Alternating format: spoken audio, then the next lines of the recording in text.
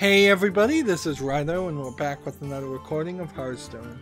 Today is Friday, July the 6th. Yep, we're in July.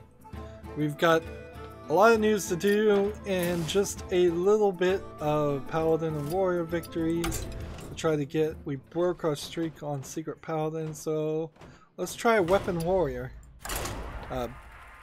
And let's hop into the news pretty quickly and try to get as much of this done, well, all of this done in an hour.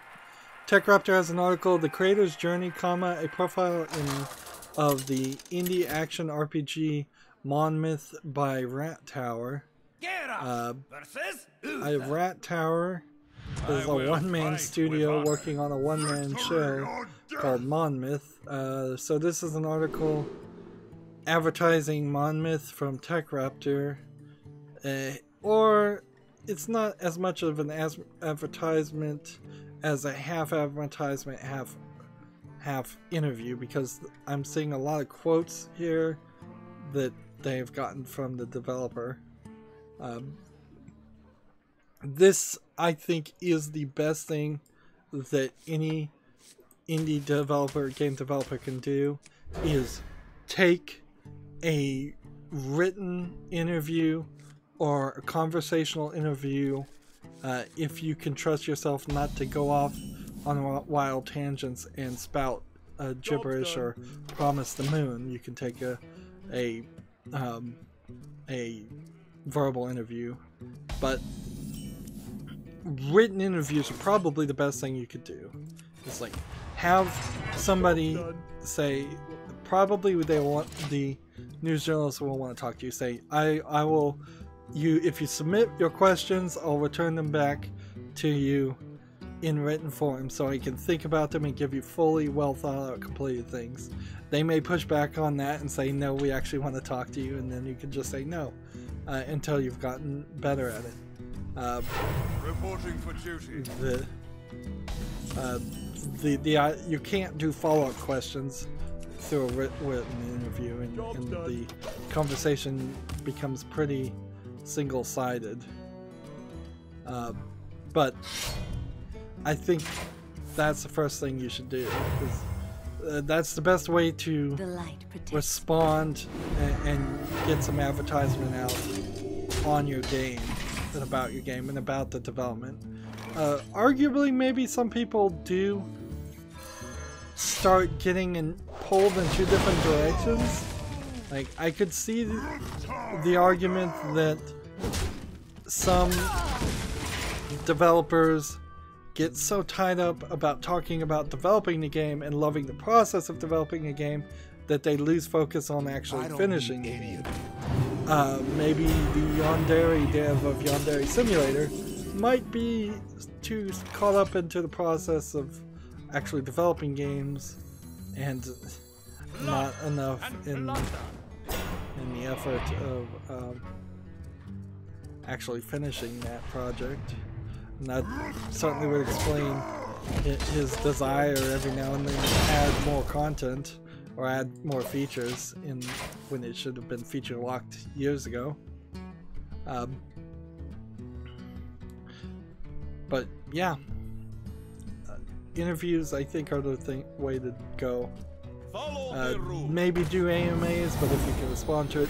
Of course, I just earlier today when streaming talked about somebody who did an AMA and went off on the rant for 2 days and got fired. So you've got to really trust yourself, and if you can't trust yourself, which is fair enough, then I think you've got to hand off all PR, all public relations to a different department, a different person, and that's not really a bad idea, frankly.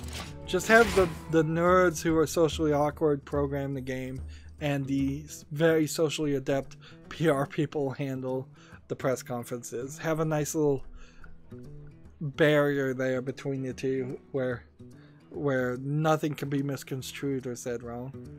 Moving on now, Rock Paper Shotgun has an article, the live-action visual novel 428 Shibuya Scramble is bound for PC.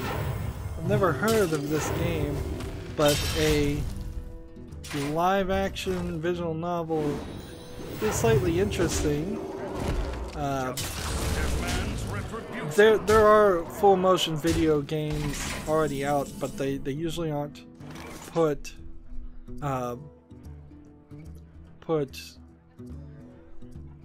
or described as a visual novel.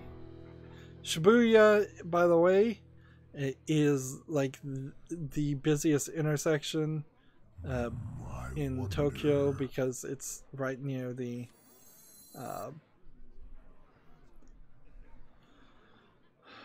it's right near the train station, and so there's a lot of people walking and causing trouble. No, they don't cause trouble. Usually, in this game, they cause trouble. But in general,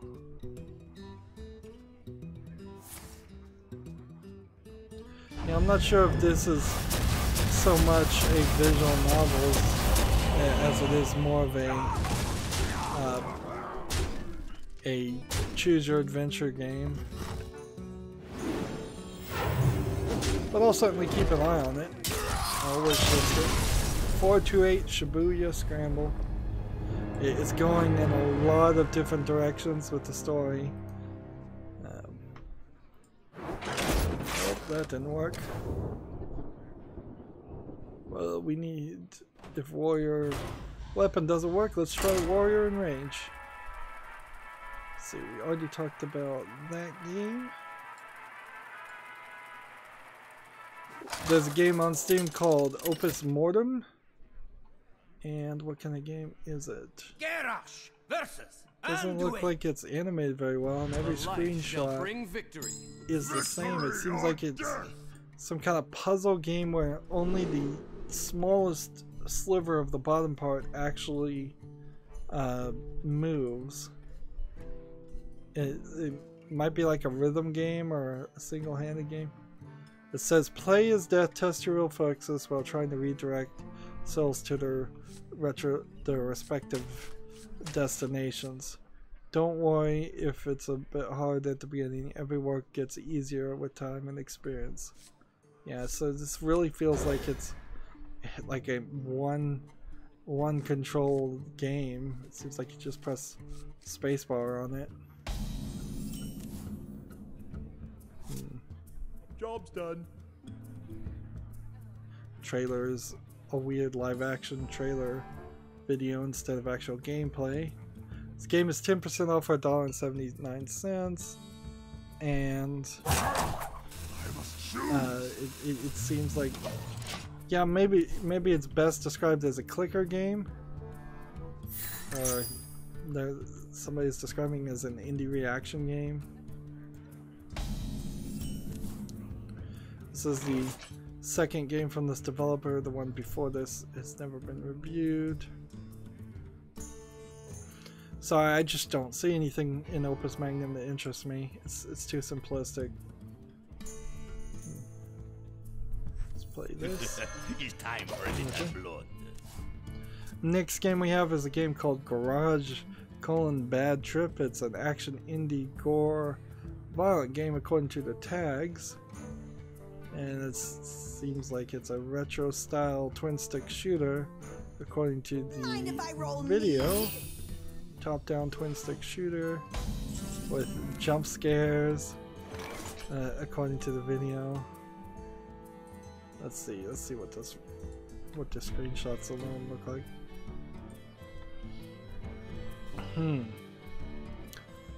I don't know what the question is. What gets me to play a twin stick shooter game? Because I'm not 100% sure there. I'm not sure if I never want to play a twin stick shooter if it requires it to be extremely good. Like, I'd play Smash TV for its historical reference, and I'm looking at a screenshot that looks very much like Smash TV. But also I know Smash TV is like an incredibly hard game that is really short.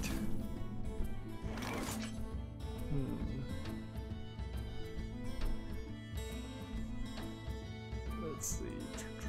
This is the first game for this developer. They want $14.99.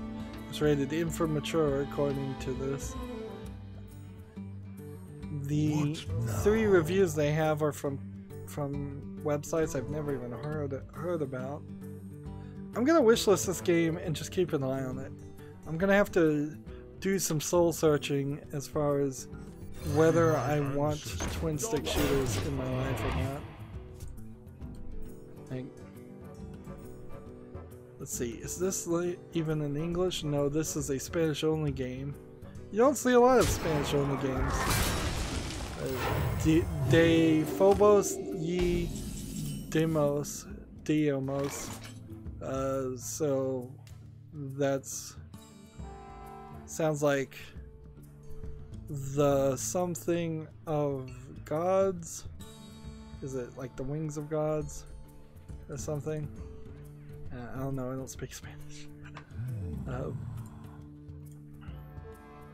It looks like it's just an RPG Maker game, whatever it is. Interesting to see a Spanish only game though. I would question whether like I would rather question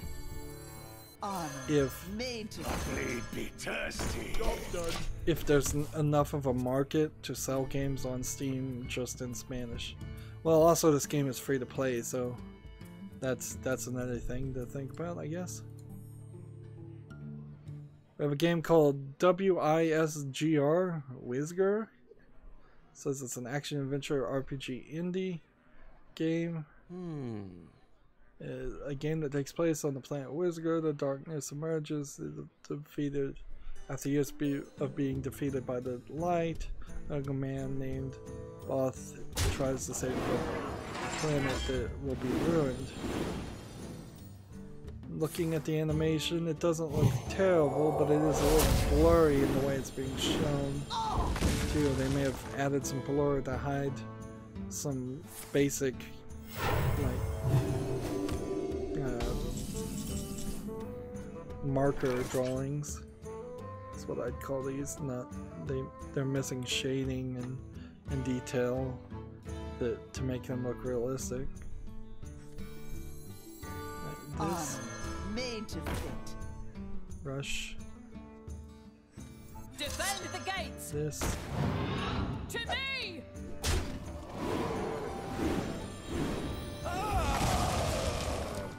I strike.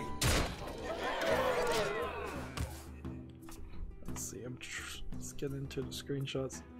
Wisger looks like it's a Diablo-esque top-down loot hack and slasher type game, very much like Diablo. So what would convince me to buy this game? It's $7.99, and if I was gonna play that, it says you need more than 3 hours to finish the game. That's not a selling point, really. $7.99 to play a game that looks a lot like Diablo from a developer who's made nothing else, when I should probably just play Diablo 3. Yeah, I can't in my head justify that.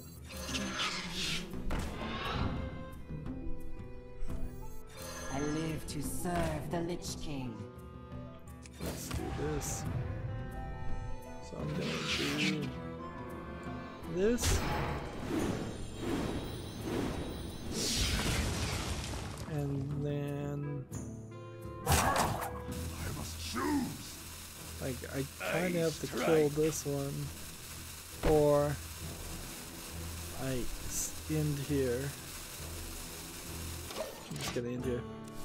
Next game we have on Steam is called Bad Bots Rise.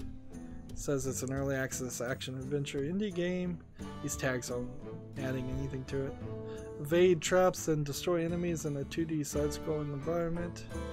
Yep, it looks like an 8-bit 2D platformer type game. Doesn't look like there's anything unique enough about it to catch my attention. Kind of a short number of screenshots, and while it does have a video which is required, the video itself is also kind of short. So this is an English and Portuguese game, early access, $4.99 with no discount. I don't think there's any reason why I'd want to play Bad Bots Rise. It's also the only game from this developer. Right. Your torture will continue. Let's do this. To me!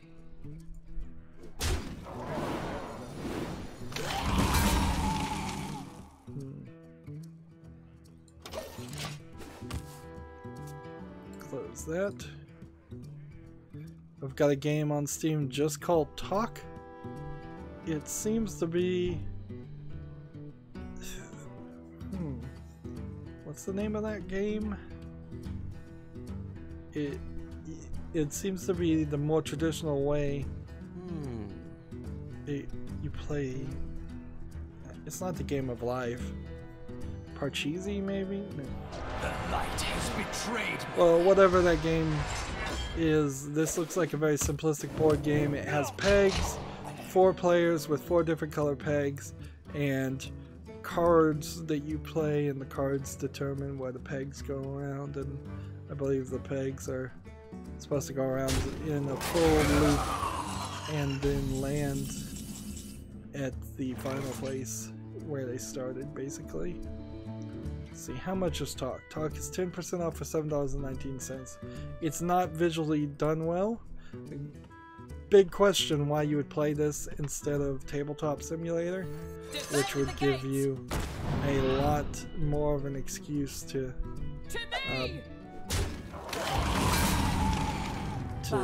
work on playing a bunch of other games too. So yeah, let's close Talk, nothing there. We've got a game called Gates of Nowhere. It's already mixed with 66% of 15 user reviews being positive. It's a gore, violent, action, adventure, horror VR game. Since it's a VR game, immediately it's not included for consideration. I just am covering them, I suppose, for now. At a certain point, I may just stop covering VR games. This game looks really good, so it was probably reviewed poorly because there's nothing to do in it. It's 20% off for $11.19, which is pretty cheap for VR games because they have that premium. Let's see. Our first not recommended review says, I think whoever did the graphics was extremely talented. The whole world looks very beautiful and the atmosphere is perfect. There was an area room with blue flame reflecting on the pool of water in front of it. And it was beautiful and immersive, just kept staring at it for some time, admiring the beauty of it. But many other aspects of the game need to be improved. I noticed the devs being responsive and open to changes, so I might as well work out it, so it might work out in the future. Let's see. The inventory interface is bad. There's a lack of sound effects and ambient sound.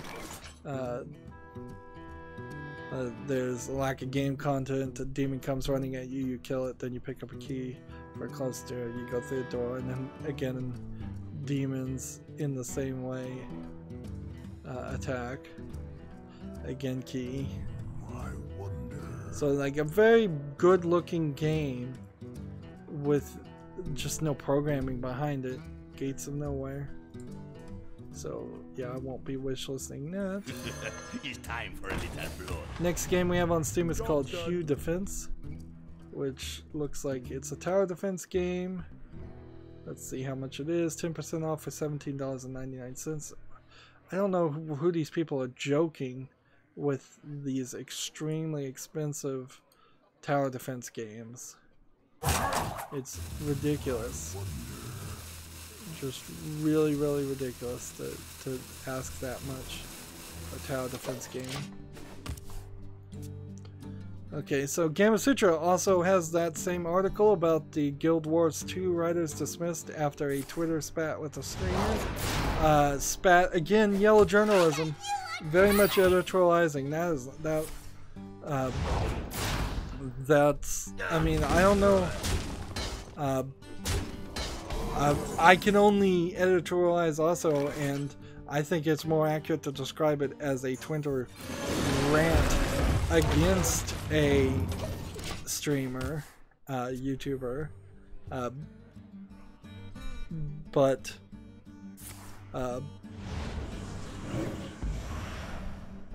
you gotta editorialize some way here.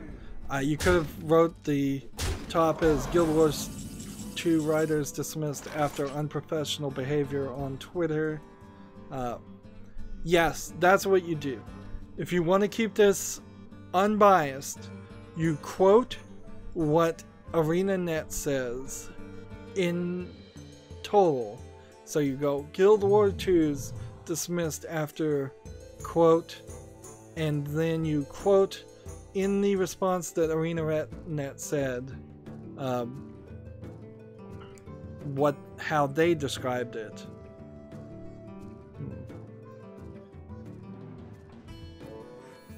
Back to work.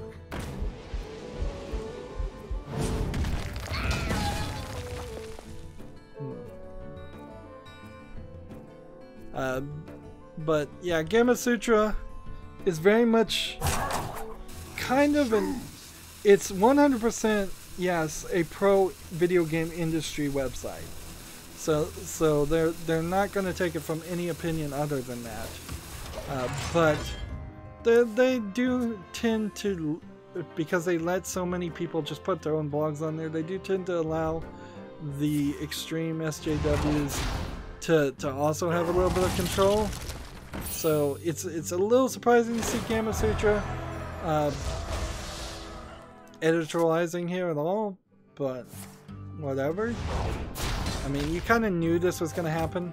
That everybody in the games media is going to try, and the mainstream games media is going to try to spin what was obviously the right action as a bad action.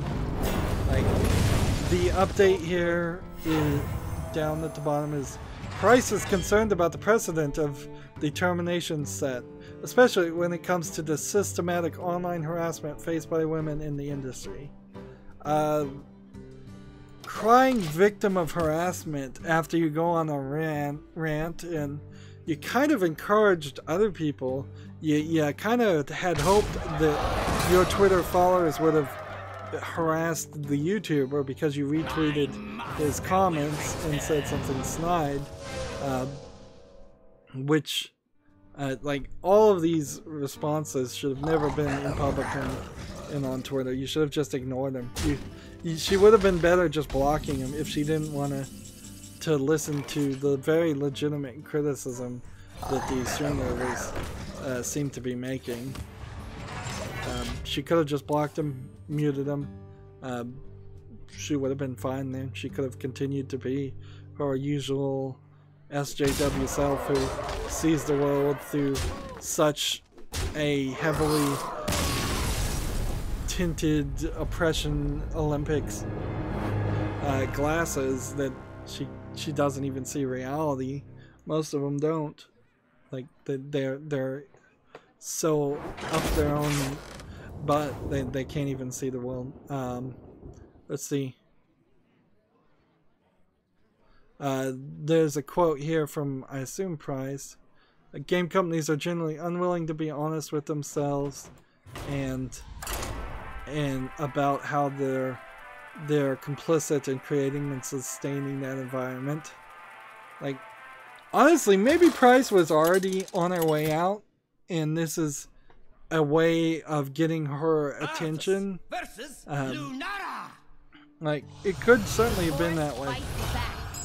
When I think about jobs that I would have wanted to leave on different terms, you know, getting some attention and trying to look like the victim might have been a good plan if it really worked that way.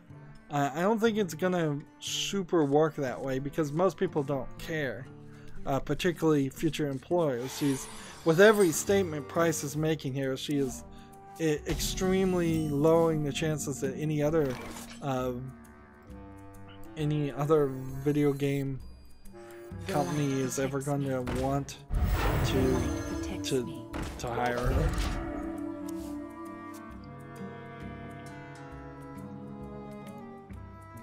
Writers in particular are probably some of the best people that you should keep hidden in the background and not have them talk to the public, because let's face it, a lot of them have controversial opinions that are better hidden. Let's see, Ender's Game is a great example of that, where people were not happy with the opinions of the writer of the game after they found out what they were.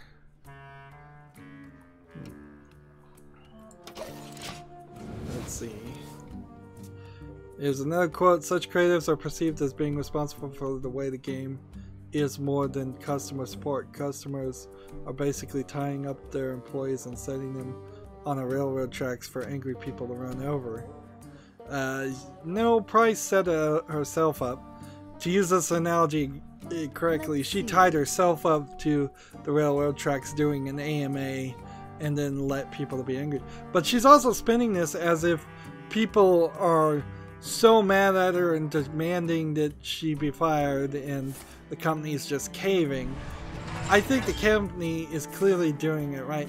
If nobody saw the Twitter comments other than her employee, and she said the things she said, she still should have been fired. Because even if it's not an issue of her embarrassing the company, there's still very much an issue of her just showing her true colors as an unprofessional person that you don't want to work with.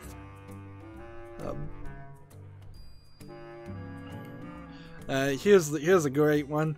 Understood being afraid when you see a Reddit mob coming for you, but if people with less power can weather it, and we do regularly, so can he. I don't know who she's quoting here in this quote.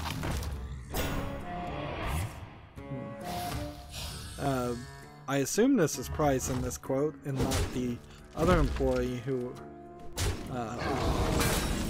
I guess maybe she's saying that the co-founder, the person in charge, Mike O'Brien of ArenaNet, should have weathered Reddit complaining about the unprofessionalism of her and should have stood behind her.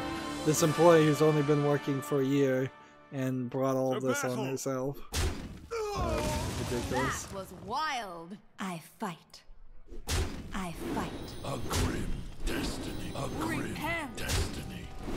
A grim destiny. The quote here is, no, this isn't a quote, this is just editorializing by Gamma Sutra, I suppose. The firing served as a bleak example for the employees of ArenaNet. The message is very, quote, the message is very clear, especially to women of the company. If Reddit wants you fired, will fire you, Price says. The last quote here is, the quality of your work doesn't matter, your personal space, your personal social media is not yours. They're still trying to definitely push the idea that Twitter is some kind of personal, private social media service, which it isn't. It just isn't. So, yeah, there's some weirdness in that.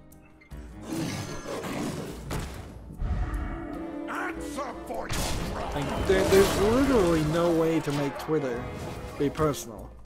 And she started by doing an AMA on Reddit, and Reddit is definitely not a personal, private thing.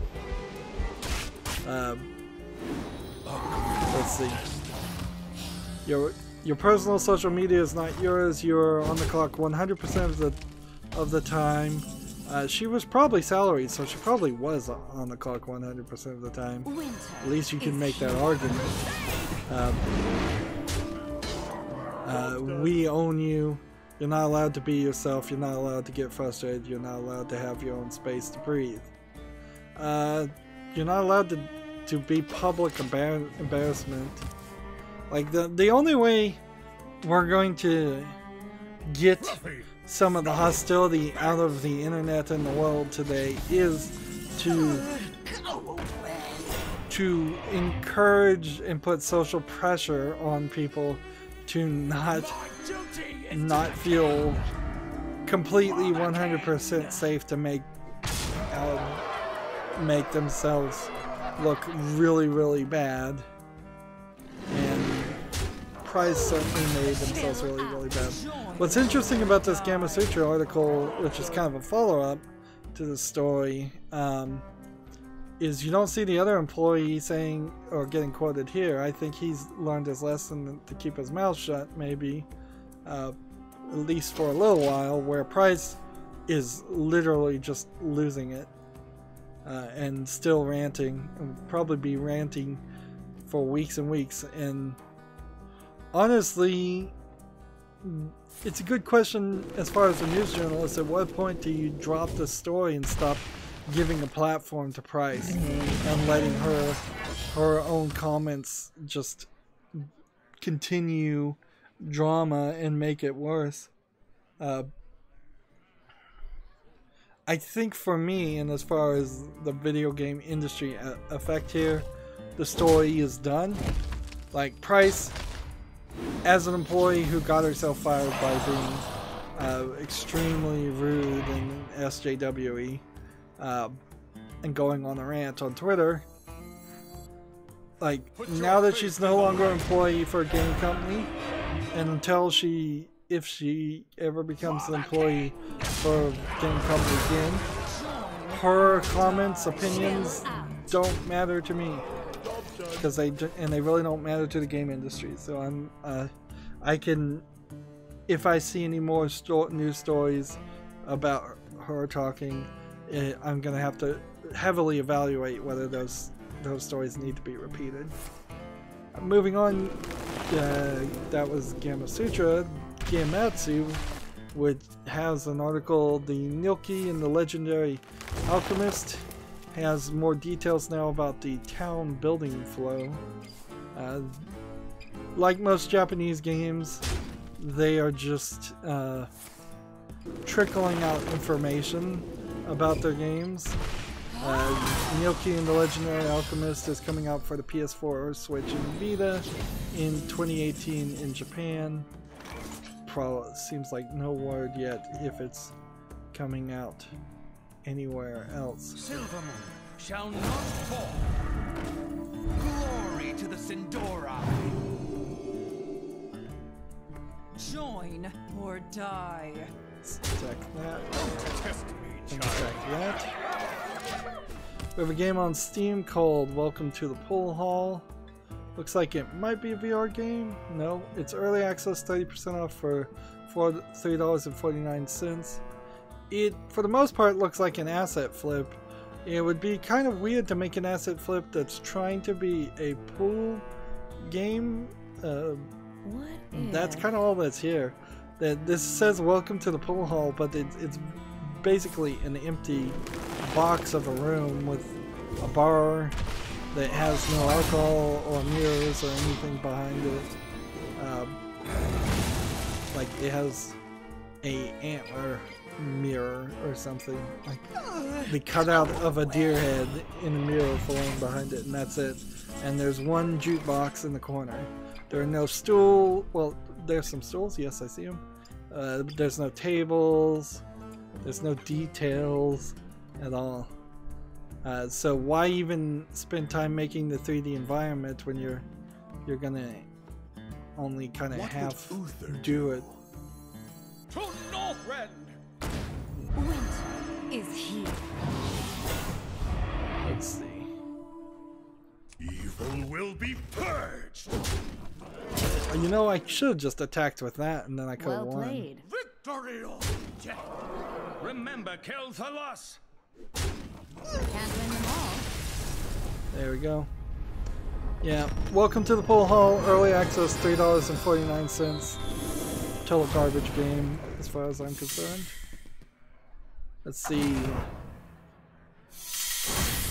Gamatsu has an article. Go Vacation for the Switch has a trailer, so it seems almost like it's a Let's Go Pikachu, Let's Go Eevee tie-in by that same name. But it's not. It's just a Resort Games Collection due out July 25th. It is from Nintendo and Bandai combined. Arthas versus Rexar. So the Nintendo Switch is, I guess, trying to push the Go name as a brand. Go Vacation looks kind of like a Pilot Wings type game, with a bunch of different activities to do to expand it from being just Pilot Wings.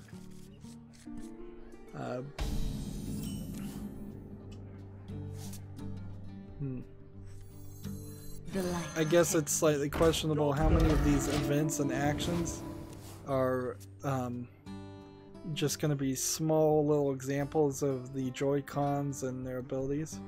There's a skating game, there's a Pokemon Snap photography mode, there's seems to be a snow section to do a bunch of snow and skiing things. So I kind of think all of these small things probably aren't going to work amazingly well, but they'll work well enough to keep most people interested. There's horse riding, there's parasailing, there's boating. Seems like it all has 4-player playability amongst one screen. Not a bad looking game. I assume it's going to come to the West. It has a villa that you can decorate, and it looks like there might be little collectibles that you can find around the island. And it's 4 different sections. You can get a dog. Yeah, they're combining the ideas of several games that would have been sold as separate games on the DS.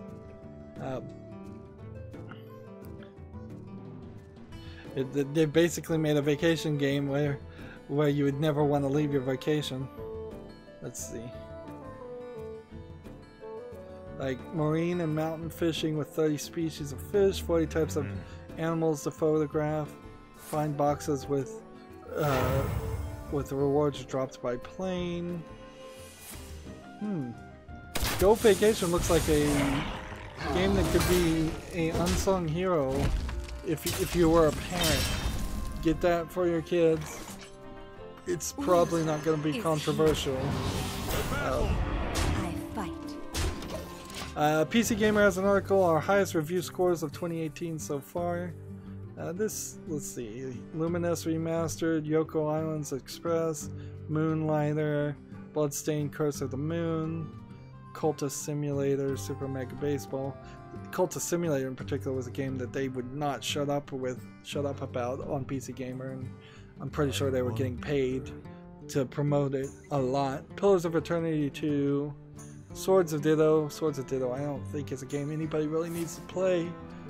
It was hyped, and then the hype died so fast, and the reviews of real players on Steam aren't that great. Let's see, where'd I stop? Battletech, Frostpunk, Pillars of Earth, no surprises here, Fortnite, Far Cry 5, Octahedron, Northgard, Ni no Kuni 2, Revenant Kingdom. For the crusade! Reporting for duty. The battle! I fight. And Surviving Mars, Final Fantasy 15, Kerbal Space Program Making History. Apparently there's a whole next page here. Kingdom Come Deliverance, Warhammer, Full Metal Fury, Chuckle, The Case of Distrust, Into the Breach. This is like every game they played. Rust this year so far. Final Fantasy 12, The Zodiac Age, Civilization 6, Dragon Ball Fighters, Subnautica, Celeste, PlayerUnknown Battlegrounds. This is like an amazing clickbait trick here. What would Uther You're just going to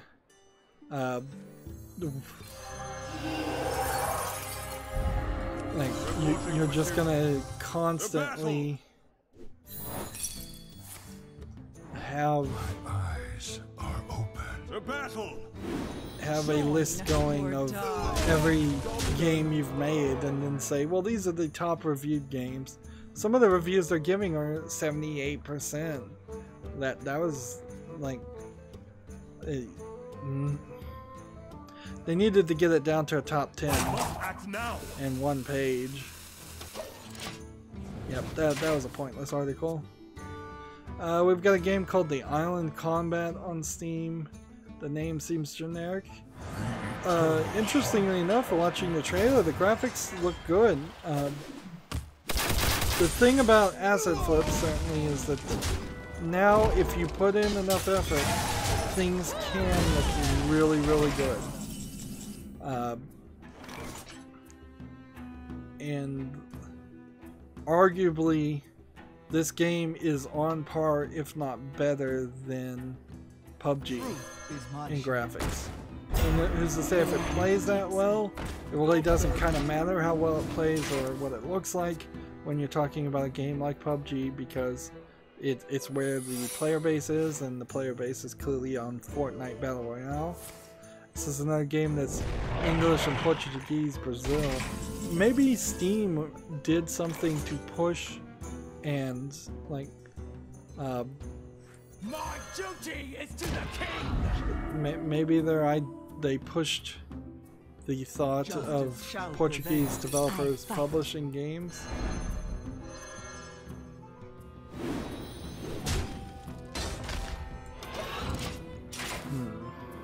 And that's why we're seeing more Portuguese games. This is early access, 30% for $1.39. So it still looks like an asset flip, even if it's really pretty. The name, The Island Combat, is not unique or intelligent, so why should I believe the game is unique or intelligent? So close that tab. Rock Paper Shotgun has an article. Fortnite Playground mode is a first step towards full creative mode. I don't think you really need to say much more than that. They have a link here of somebody who made Mario Kart in Fortnite. I saw that there was a video of that. And the shopping carts and building large ramps are interesting ways to do things.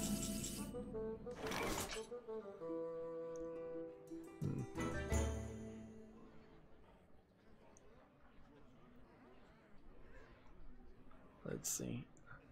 Another article from Rock Paper Shotgun about Fortnite. Kind of, I guess maybe there was a reason to talk about it. Maybe there wasn't. Uther do?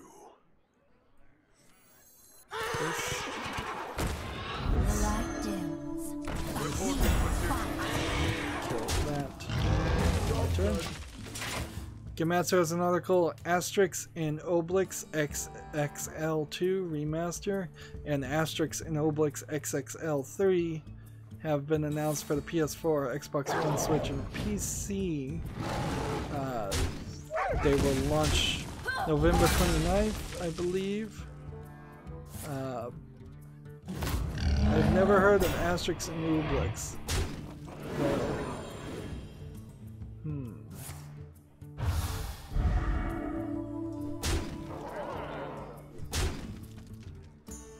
So I'm gonna have to keep an eye out for these because they are gonna come to PC.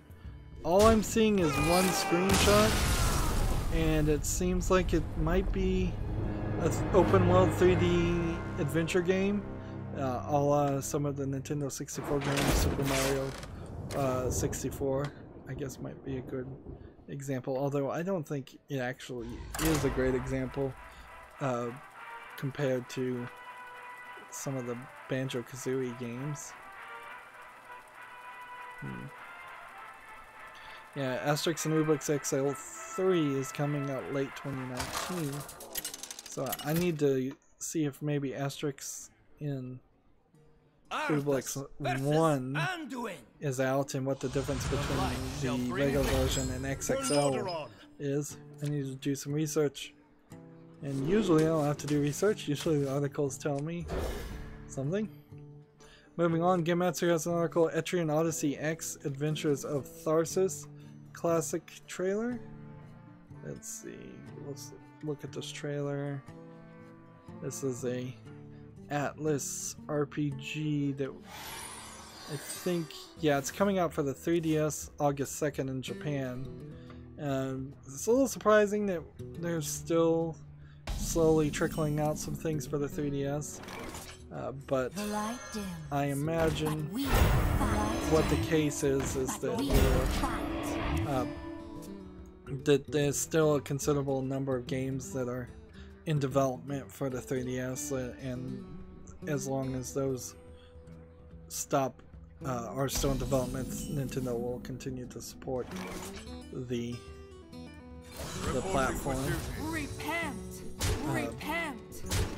It is also worth mentioning that really only about now PlayStation has, Sony has said that they're going to drop support for the Vita worldwide.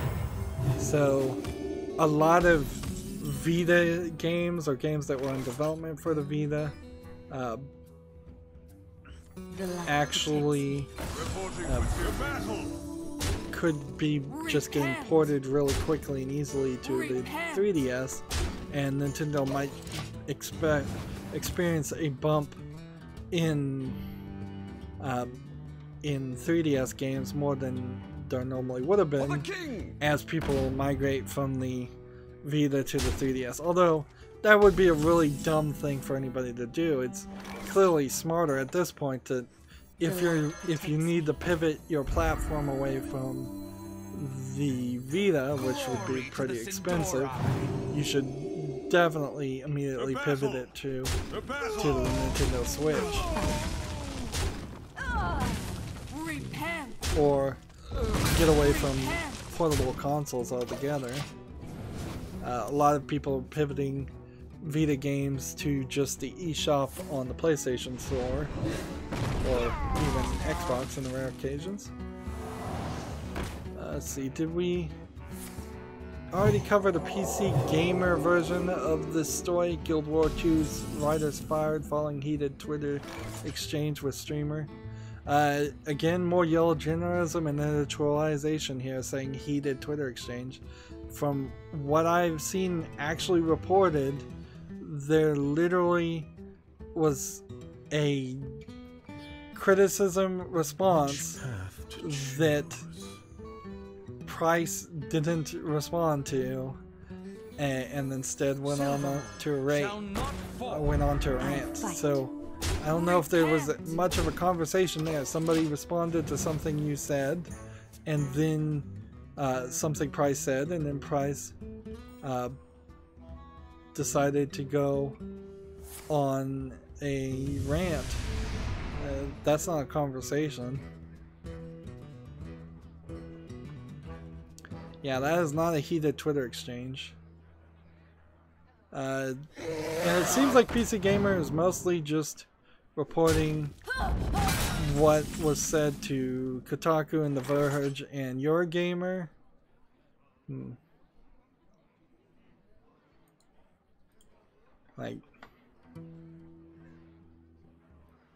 And the person who posted the criticism, Ferrari, is really just walking out smelling like roses, and as he should, because he simply said what he had to say and then seems to have not responded at all, which was no response is usually the right response in many scenarios.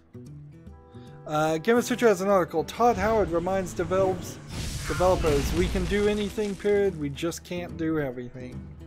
Todd Howard is later, I imagine this article is just more things that he said. Apparently Todd Howard was in a long interview and said a lot of different things. Why we particularly want to listen to what Todd Howard has to say is kind of questionable, because he kind of Like, he's not as bad as Peter Molyneux, but he sometimes overpromises in the past. And frankly, whatever he says doesn't matter. The next Elder Scrolls game will come out when it comes out, and Fallout 76 will be the thing that it is, regardless of what anybody says. So whatever he has to say only is either a confirmation or a non-confirmation of what is going to happen with the games. It's not a real insight or helpful bit of information for players to play. Let's see, we've got a game on Steam called Jade's Dungeon Descent. The exciting unlockable dungeon crawler from the Shunyan saga is now available as a standalone game. If your Steam library is clogged with unplayed games, then this microgame is for you. A brief experience with no grinding and no upgrading, just play. Interesting. This doesn't look like it's a bad game. Actually looks pretty nice. Now when I hear Jade, which is, you know, not the most historically accurate name for a Chinese lady, I would imagine.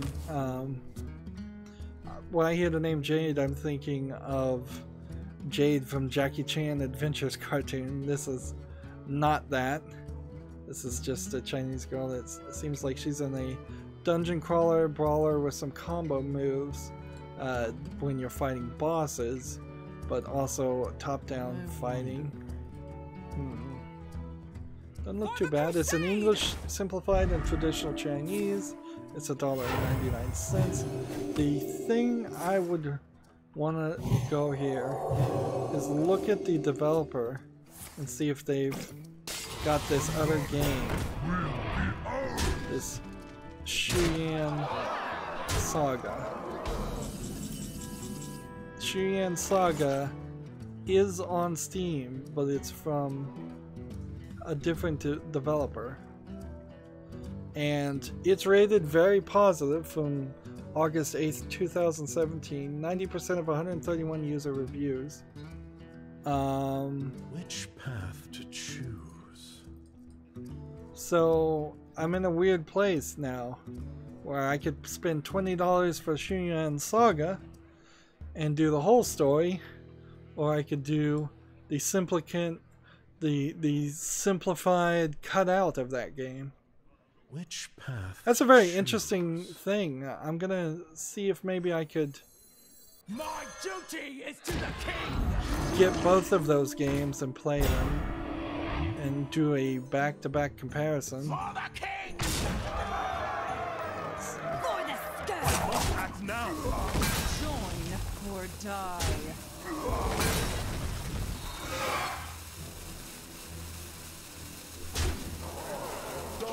Turn. So yeah, both of those games look good. I'm gonna wishlist them both. Let's move on. We've got a game called World of Virtual Reality, or World of VR. Seems like it's a simplistic assortment of little test demos of VR, probably in no way any better than dozens of others. In fact, probably a lot worse because they're doing multiple things instead of focusing on one. It's 10% off for $3.59, so the price is more realistic at least, but it doesn't look visually good. This World of VR seems to be half archery and things like that, and then half other things that are less thought of. Like there's a boxing mode, there's some horror-esque elements here. Like these are really just random test demos. I'm looking at dinosaurs, and I think I just saw a guy with guns. This is the example of asset flips in VR is what it is.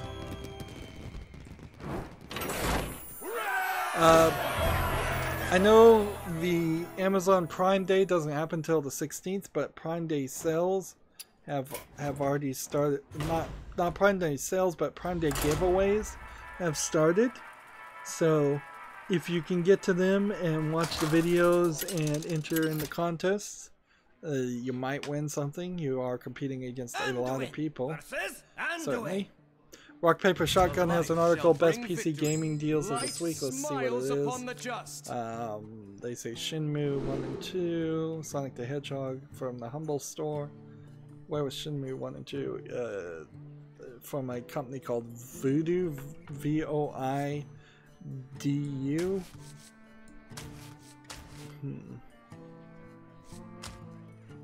Just gonna have 3 turns right there. Sonic the Hedgehog from the Humble Store. Apparently all the Sonic games are 75% off. If you were friend me on Steam and see any of the Sonic games that I'm missing, which I'm missing I think a considerable amount of them, getting Steam keys through the Humble Store cheap is a good way to accomplish that. As a way of gifting it. And if you have any Steam keys anywhere, you can just direct message them to me on Twitter and I'll be very appreciative. Let's see. Good Old Game has Red Faction Guerrilla Remastered.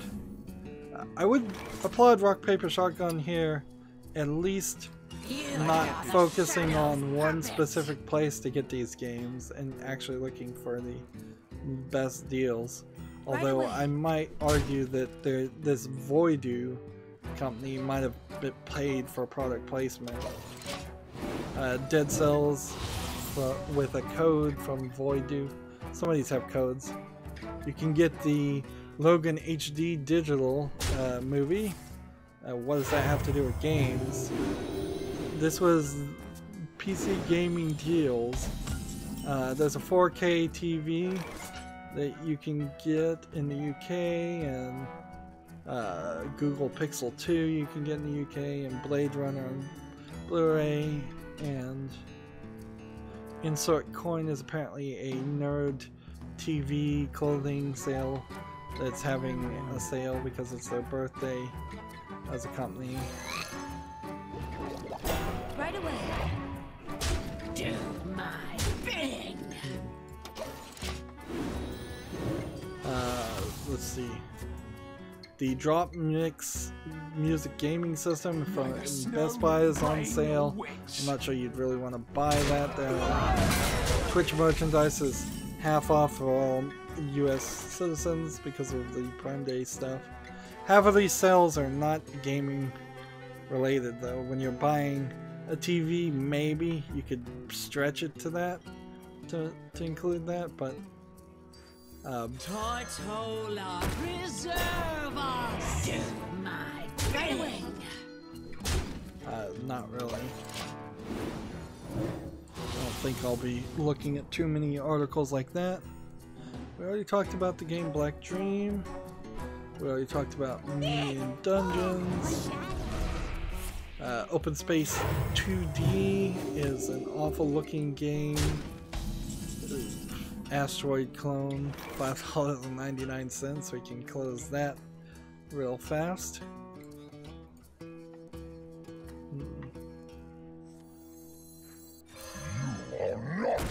Do my thing!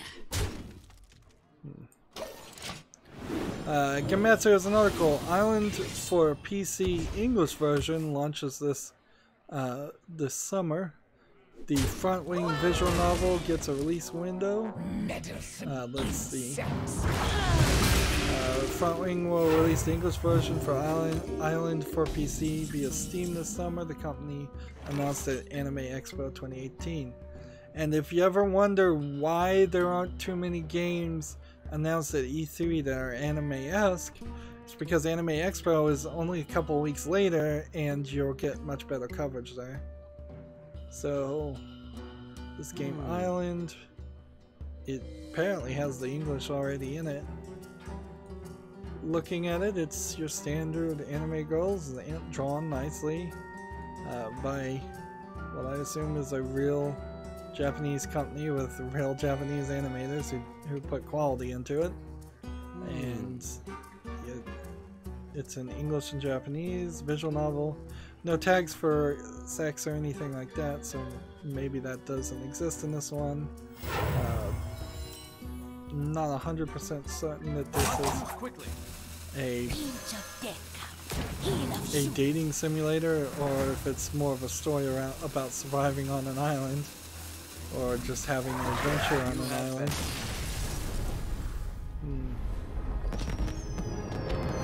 Yep, this one doesn't seem like it has any romance options either. I often overemphasize how many of the visual novels are actually romance games, more than they actually are. Just keep on playing until we're done with the news, and then we'll be done with the stream. PC Gamer has an article, the best wireless gaming mouse. Arguably, if you're going to play with a wireless mouse, you're not getting a gaming mouse in the first place. If you want that fast reaction time and you're an esports player, you're going to use a wired mouse. PC Gamer is really just pointing out 3 gaming sold as gaming mouses, and they're doing their affiliate links, and these mice are expensive at like $100 each, which frankly most people are more than well suited with a $60 combo that includes a mouse and keyboard wireless, which is what I have. I believe it's the Logitech M550 is what I got, and it works perfectly fine for me.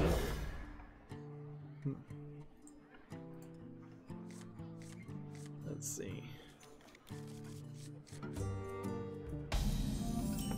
We already talked about that article. Job's done. PC Gamer has an interesting story. Stonehearth, not to be confused with Hearthstone, the game I'm playing right now. Stonehearth's development will end at this month without meeting all of its Kickstarter stretch goals. The quote here is, "It's not abandoned, it's finished," says the developers. Stonehearth was kind of a Minecraft clone. It's got that pixely voxel look. It's 3D. I saw a lot of people, and Steam showed it to me a lot of times. But this, from my perspective, which is a pretty anti-pre-order, anti-kickstarting games, this is another example of a product that isn't as satisfactory as I think the people who kickstarted it wanted it to be. Or maybe they're alright with this one. Like, the end of this article says, Stonehearth is far from the broken, dishonest Kickstarter crash grabs we've seen in the past. Many of its missing features will be added in the upcoming dates, and Radiant will only lower the price of the game to compensate for the cut features. Will not only lower the price to compensate for the cut features, but will also refund to Kickstarter backers. So there's, I guess, maybe one more news report here to see if Radiant actually does ever deliver on Stonehearth and make it a finished product. Let's see. Unleash me. Can we get...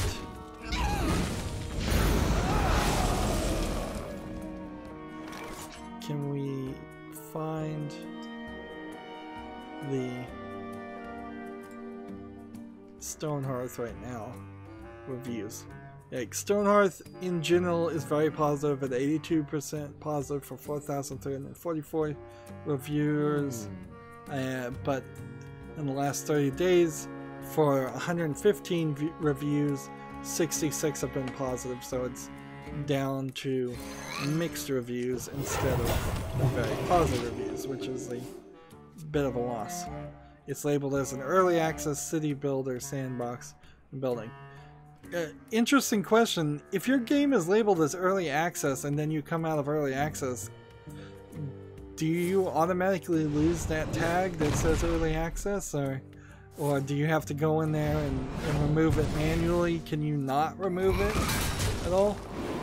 all Stonehearth really is just basically a Minecraft clone. That's all you can say it is.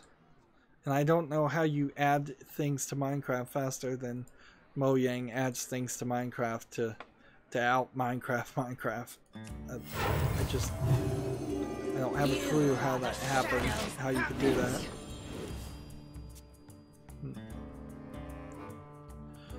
Gamasutra has a blog. The Semblance devs explain their platform altering design process. This is a video that I don't believe has even started yet on Twitch. So they've written an article and they've got a video that says please stand by at the top. Interesting. In a slight bit of good news, and this is we must forever worldwide stay vigilant, the European Union has rejected the controversial copyright reforms which would have basically made all of the internet responsible for copyright infringement, and there's like no safe harbor provisions, I think, and memes and things like that. They were selling this certainly as this law would have made all memes illegal, in particular. Well, the European Parliament voted against the copyright directive 318-278. I assume that's the directive number and not the vote count. It would be kind of nice to see that more than 318 versus 278 people voted against it, the proposed revisions. Because they voted against it, it will be sent back for revisions, which means it'll just come up again, and maybe they'll try to sneak it through it here.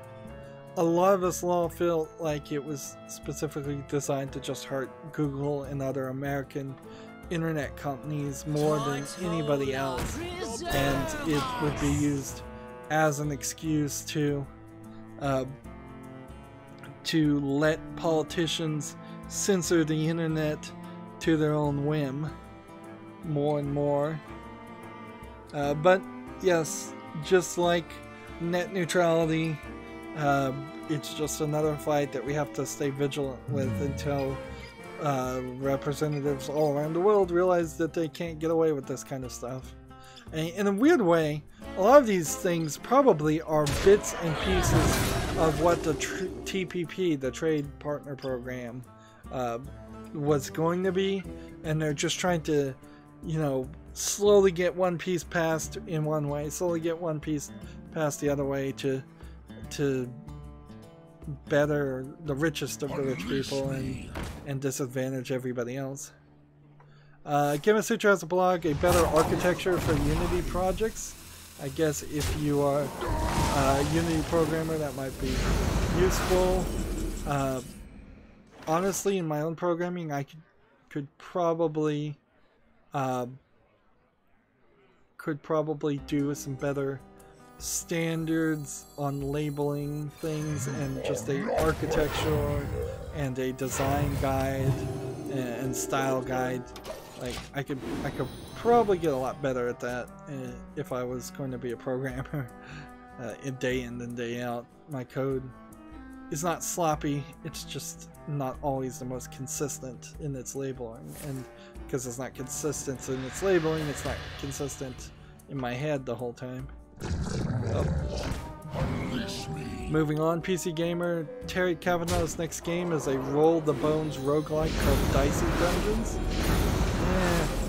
It does not look interesting, it's not very good looking, and I don't know who Terry Kavanaugh is. He's the creator of Super Hexagon, VVV, and Tiny Heist. Alright, I guess now I know who that is.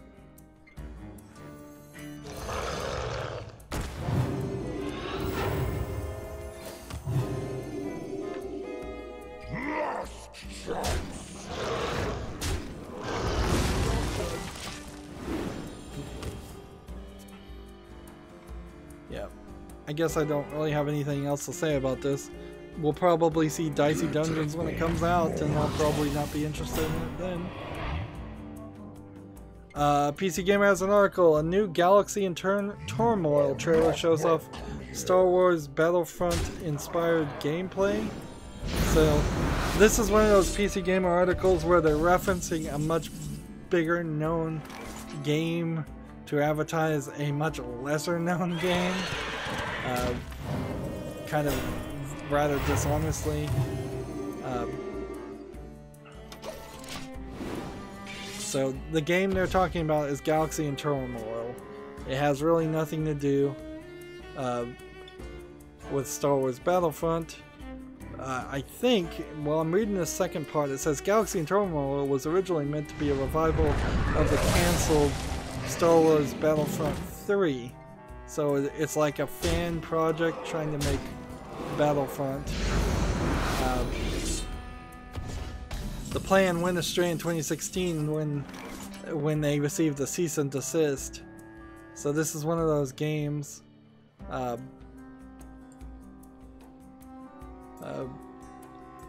Galaxy in Turmoil is on Steam right now. Not really, but they have a Steam page. But honestly, I don't care if it's a fan continuation of Battlefront 3, because I don't think Battlefront in general is a good game. Job's done.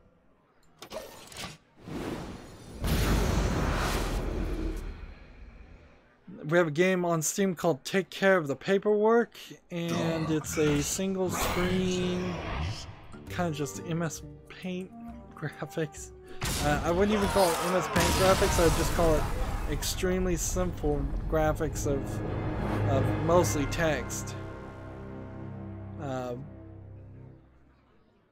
Seems like it's just kind of a simplistic game. How much is it? 10% off $1.79. I'm still not sure anybody would really want to play this game. And the other game they have is called Visual Novel Engine that is mixed reviews. So, yeah, so it seems like two very low effort products they've got there. And I still got a lot of news. I wonder if I should perhaps save some of this for Monday. Let's try to get through it. Gematsu has an article. Okari Inu for the Switch launches July 12th in Japan. It's based on the 2009 released mobile version. Let's see. Okari Inu is a horror visual novel from the Gakko de Ata Kawaii Hanashi and Shinju Hachi scenario writers. Anduin versus Anduin. Let's see.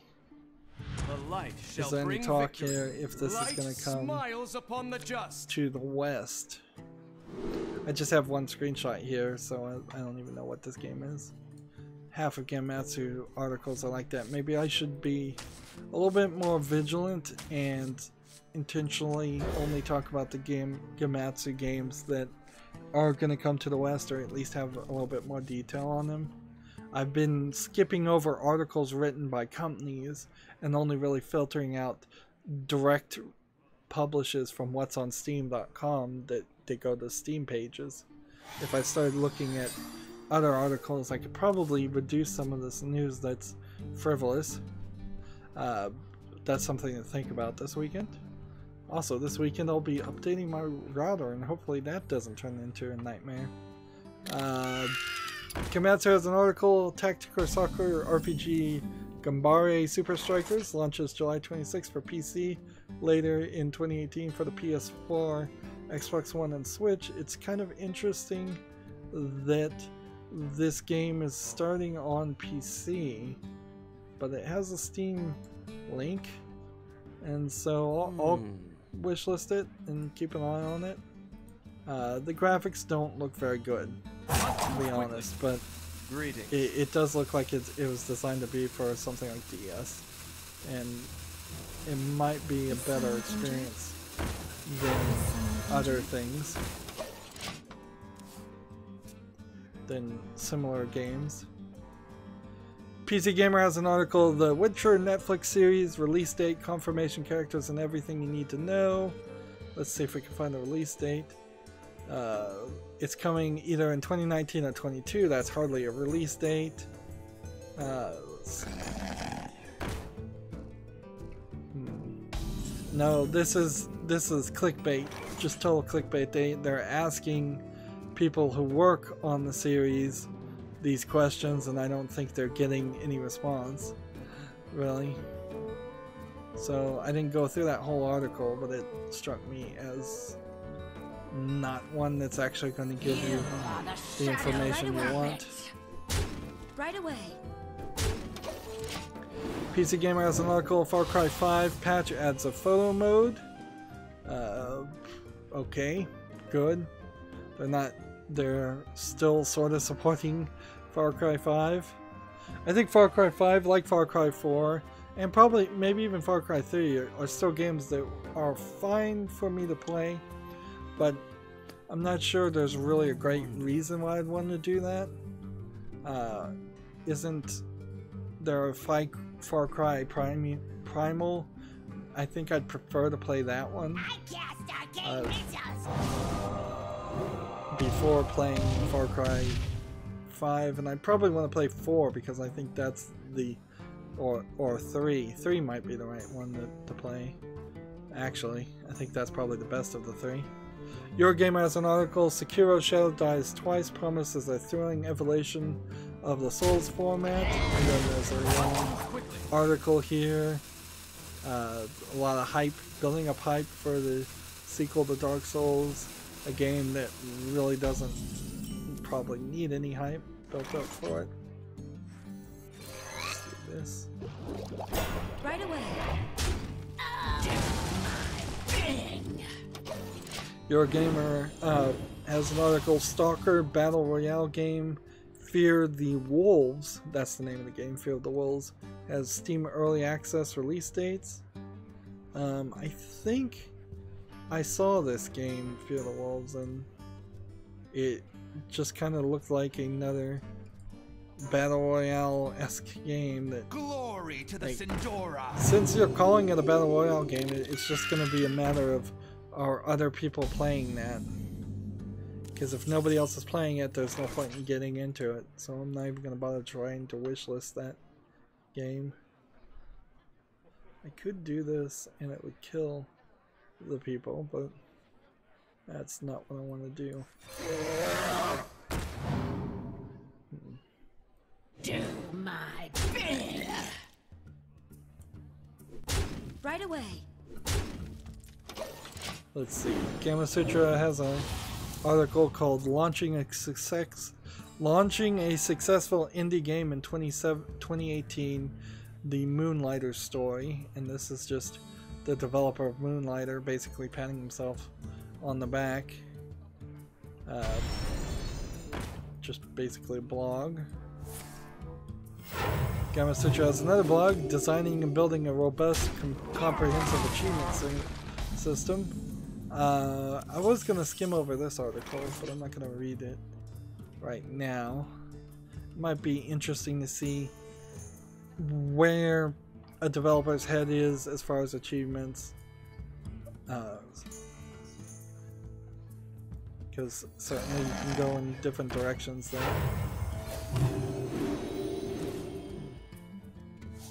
Right away. Do my bidding. Job's done. Let's see, we already talked about that. Let's see. According to Gamatsu, Nora to Ojo to Nara Nico Heart HD version has been announced for the PS4 and Switch, due out October 25th in Japan. It's a visual novel, probably a romance dating visual novel based on the graphics of the one screenshot I see, or the thumbnail I see. I never got any like word if they've if YouTube found anything out about their new automatic thumbnail generator function that they were testing out on 3% of the audience, where even if you'd made a custom thumbnail, 3% of the audience was still seeing the auto-selected thumbnail in the new algorithm. No response there, so maybe I guess they're still doing it. Here's a terrible game called Zen Spaceflight VR Showcase on Steam. 30% off for $1.98. It looks bad. It requires VR, and that's all I really need to do. I thought maybe it would be an interesting game because you're just like flying around and seeing all these colors, and it's like a music visualizer. None will survive. It says listen to your favorite music and enjoy a flight through space. Like, I could see kind of the idea of doing that, but I don't think it really works. I think you'd be better taking off the headphones and just listening to music and letting your eyes rest. If you're just listening to music, you don't need to be in VR. We're never gonna accomplish something where we're in VR 24/7. Hopefully not, at least. Eurogamer has an article. Sea of Thieves adds a new figurehead celebrating Banjo-Kazooie's 20th anniversary. Rare, the developers of Banjo-Kazooie, also are making Sea of Thieves, but I think Nintendo maybe owns the right to Banjo-Kazooie, or they just don't want to do any more Banjo-Kazooie things, so take that for what it is. It's kind of just like a slight slap in the face that, yeah, we will celebrate the anniversary, but we won't put out a remaster, which would have been really nice, or make a new game, or do anything with it at all. Let's see, Gematsu has an article. Radio Hammer Station launches July 12th. The PS4 and PS Vita English releases are up in the air. Let's see, it's released digitally for the PS4, Switch, and PS Vita July 12th. In, I suppose, well, I guess how's this saying? The Switch English version exists now, but or they're explaining this very poorly. Like, it's saying that the Switch version, it's really not saying anything. So there might be an English version of this game, or maybe not. What is this game? It looks like it's a multi-character brawler beat-em-up side-scrolling game. No, it's not. It's actually a rhythm game where you have these anime girls swinging hammers, knocking things out of the way. Interesting. It's a music rhythm game. So, less likely, in my opinion, that they would do the licensing. For the music. So, I'd like to see that come out to the West, but not a lot of chance. Let's see, Gacha Racing Second coming. Gacha Racing Second is coming to the PS4 and PC on July 19th. Let's see if that's in Japan only. This is another Arc System Works, so all these announcements were probably at the exact same event. And I bet, since the phrasing is all here, it's confusing. I must consider. Gacha Racing is a top-down arcade-style racing game that I've seen similar games like that on Steam. So when this actually comes out on Steam, I'll probably see it anyways, and then consider it then. So Darksiders 2, I wanted to mention, they've created this website called The Legion where they're showing cosplayers that I'm not sure they're really paying to cosplay as the characters from the Darksiders universe, but it seems like they've got a collection of a few that on a weekly basis they're revealing a new cosplayer and linking to their social media things. So it doesn't feel like it's for new cosplayers or cosplayers who are trying to promote themselves. It feels like they've just thought of a way to keep people interested and excited and hyped for Darksiders 3, which this is certainly an interesting way to do that. Let's see, there's a game on Steam called Exploration Pro. It's another Minecraft clone. It's Stonehearth, a Kickstarter game that is basically giving up the ghost as far as being a Minecraft clone, and here we have a new contender trying to make a different Minecraft clone. I haven't been seeing really too many Minecraft clones on Steam since I started looking at every single game.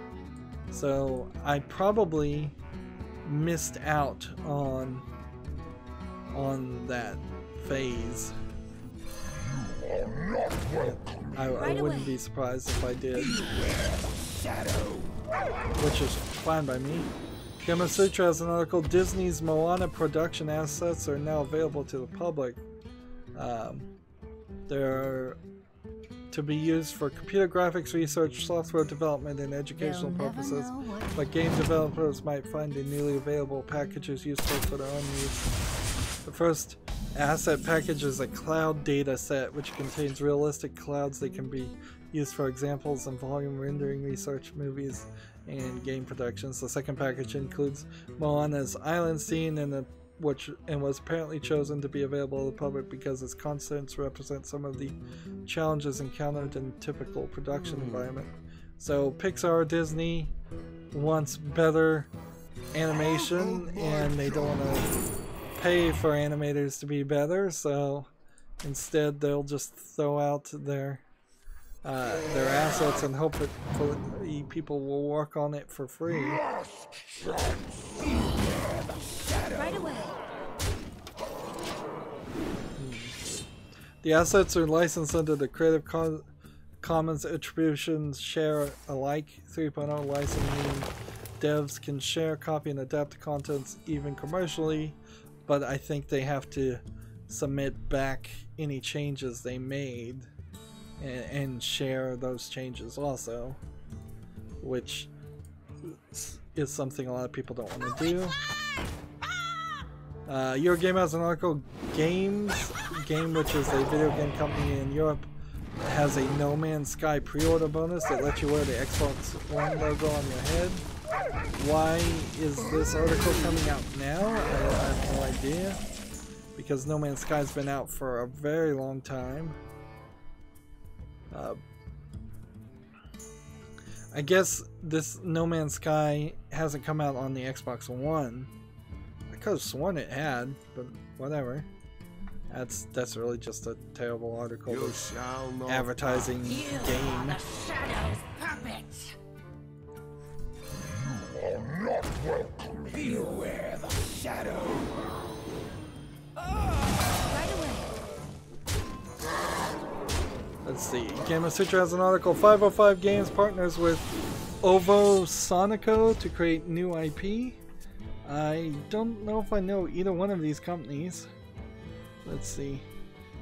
The India studio, known for Murasaki Baby and Last Day in June, says it's partnered with 505 Games to grant them to resources and know-how of a recognized and successful international team. That's really just a business article. Gamasutra has an article, Pokemon Quest nets $3 million in revenue during its first week on mobile. That's a lot of money. Certainly.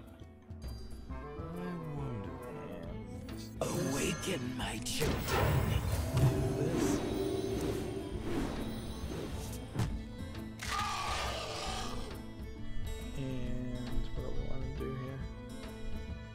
Do my bidding. Payback time. Right away.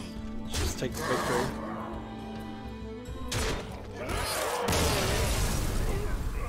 We already talked about that game.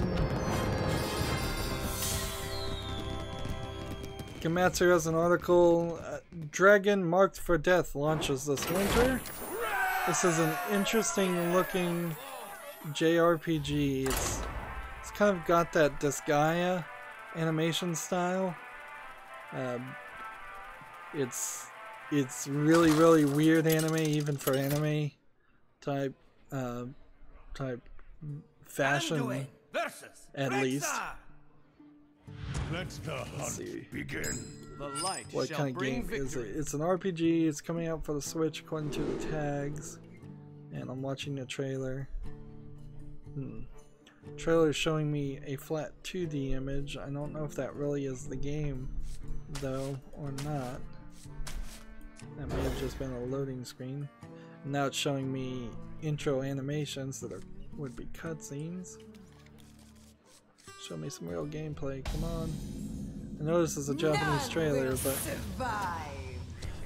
yeah, the real game is a side-scrolling hack and slasher RPG. Greetings, traveler. Boy, did the thumbnail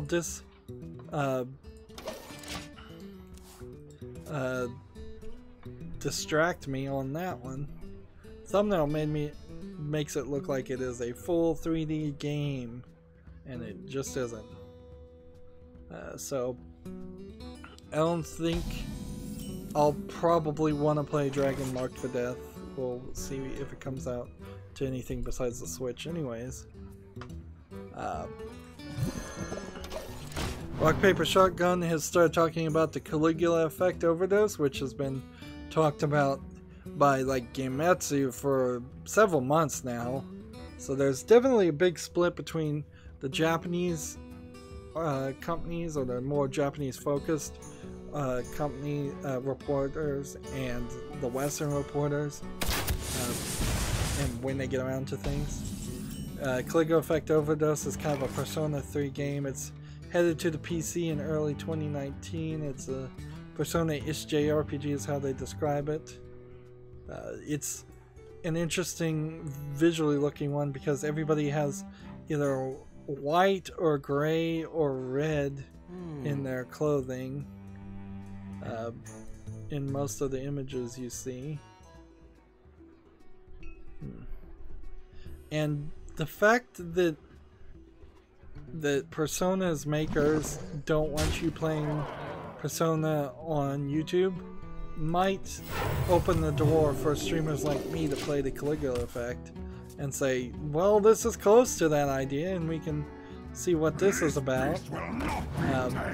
Unless, of course, the developers of the Caligula Effect also, that's NIS America and Furyu, F-U-R-Y-U, are the makers of the Caligula Effect Overdose.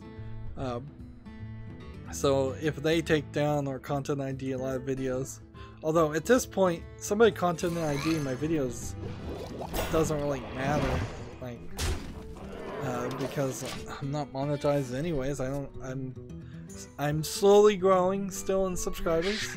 I should be happy that I've gotten 10 or 20 in the past couple of months, new subscribers in a positive direction, but I need basically 750 more subscribers before I could even get back to getting the few pennies I was getting for every week.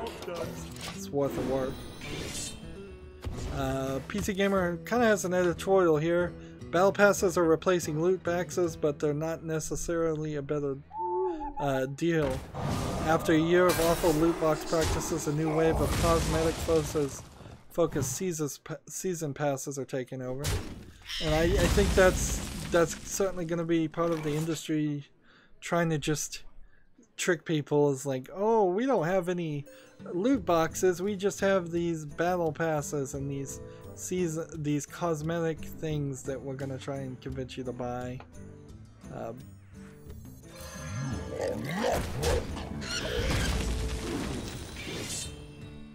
So PC Gamer goes on to mention some games in particular, if that interests you. Gamasutra has another Todd Howard quote. There was at least 3 different things they quoted him on. Todd Howard, games as a service don't mark the future. You could go further this way, but I agree with him. I think games as a service is a dumb idea being pushed by people who don't care about the game industry or understand how it works. Like, it's a buzzword made up by people trying to sell something. Let's see. Gematsu has an article, Steins Gate Elite delayed to early 2019 in the West. That's kind of a shame because Steins Gate Elite is a pretty good visual novel based on a pretty good anime, I think, and it coming to the West would have been a great example of good visual novels compared to a large amount of mediocre to bad ones on Steam. On the other hand, anytime a Japanese developer delays anything, there's hopes it's because they're getting things right the first time, and anytime any developer delays anything, there's hopes that they're getting it right the first time. And particularly Japanese PC games have not run perfectly well, and it would be nice if there's really no reason why a visual novel should run poorly. So hopefully everything is translated right. That would be the biggest issue, is if the English translation just is poorly translated and poorly localized or overly localized. Is someone injured? I have a game on Steam that caught my attention called Yuso, Y-U-S-O. It's a strategy indie casual game. Say it's a puzzle game where you clear the screen and the game gets harder as you progress. So it looks like a unique, different animation style of where you're trying to match 4 in a row of colors and shapes or something and solve puzzles. It's a single screen Unity game, kind of looks like a mobile game type thing, but it looks good. However, it is $7.99, so at that price I'm not going to buy it. Even if it has 80 plus levels, that's still too much. But I'll keep an eye on it, and if it goes down significantly in price, I will buy it. It's the first game from this developer. It's surprising that it came out and it doesn't have a discount. TechRaptor has a review of Yoku's Island Express. I think I may have already even looked at this review, but every review I've seen of this game says it's really good, so it's already on my list. They're giving it a 9.5 amazing, so like there seems to be some pretty consistent opinions about that game. Right away. And it's probably going to be a bit of a sleeper hit too, because I don't think too many people have heard of it or want to play it because it doesn't look like the typical first-person shooter games.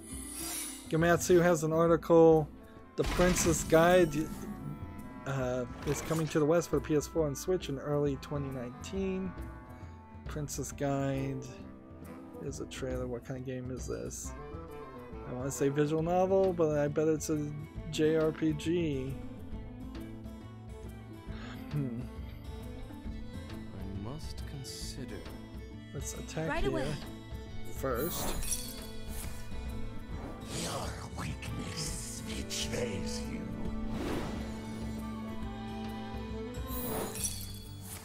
And do that.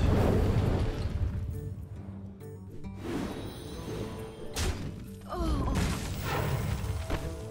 And do that. Get us some incense. Another turn. Okay, Princess Guide is a top-down, kind of 8-bit graphics JRPG game. Okay. Fair enough. Nothing that really catches my attention. Just another Anime Expo announcement. Let's see.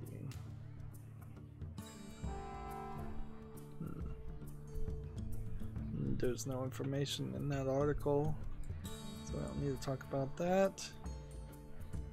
I wonder. Tortola, preserve us! Let's see. Gematsu has a Disgaea 1 Complete Angels of Celestia trailer. Disgaea 1 Complete is, I believe, well, it's due out for the PS4 and Switch on July 26th in Japan, October 9th in North America, October 12th in Europe. It's the remaster slash maybe re-release. I don't know if it really is a remaster of the first Disgaea game. Disgaea 1 kind of needs to come to Steam because I don't think you can play that game, and because you can't play Disgaea 1, you can't get into the point where it makes sense to play Disgaea 2 or Disgaea 3. To my side. RPG Maker MV is coming to the PS4, Xbox One, and Switch in 2019, which kind of wish it wouldn't. RPG Maker MV is RPG Maker, but it's not top-down RPGs. It's more side-scrolling RPG elements, or maybe it's a new version of RPG Maker. It's not great. And if you make a game on the Switch with RPG Maker MV, I have no clue how you get that game off your Switch and give it to other people or sell it. You very possibly can't. TechRaptor has an article. Eline Media brings ocean exploration and game creation to E3 2018. This is the publisher of the game Never Alone. They're going to be releasing 2 games. One called Beyond Blue, which is a strategy game where you're learning about the ocean, and the other is called The Endless Mission, which is a game creation game to help teach about game designs and coding. They're both kind of pretty looking, though, and I think I own Neveralone and want to cover it, but so I should probably play Neveralone before I decide whether I want to play those other games. Let's see, Gamasutra has a blog choosing a project management tool for game development. There's several project management tools listed here, one of which being Google Drive. Jira is the one I've heard before, J-I-R-A, and so I believe, frankly, of all of these other ones, Jira is probably the one you should learn just because it's an industry standard. But if you were to make a project, and it doesn't particularly even have to be a game project, using some of these softwares might be a good thing to do, or to learn how to use them. Although, I don't know how much project management software really helps, or if it's just really an example of managers keeping themselves busy and doing like pointless work that benefits nothing.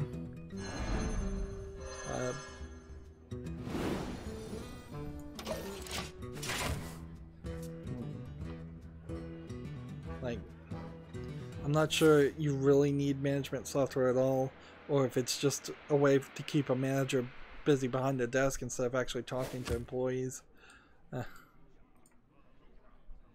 PC Gamer has an editorial idea think piece of other classic movies that deserve the Alien Isolation treatment, and basically this is just a list of movies that they'd like to see turned into video games, and their list of movies are pretty predictable, well-known movies too, so I don't think there's really anything there. There's a clicker game that I kept, even though I filtered out a lot of games, and it doesn't seem like at this point that I filtered out any games, but I did. I filtered out quite a lot of games. Let me change your mind. But one I decided to keep was Car Demolition Clicker. And the reason is because it looks kind of pretty. You're shooting at cars via drones. Don't ask me why. And you're damaging different parts of the car. Sometimes it's not cars, sometimes it's big construction vehicles.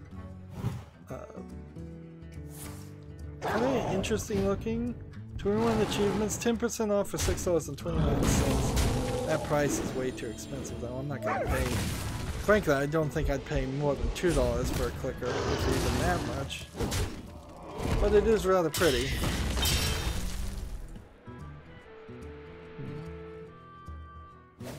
TechRaptor has an article, Holy Potatoes, a weapon shop, lands on PS4 and Switch on July 12th. Here's a game I've not heard of.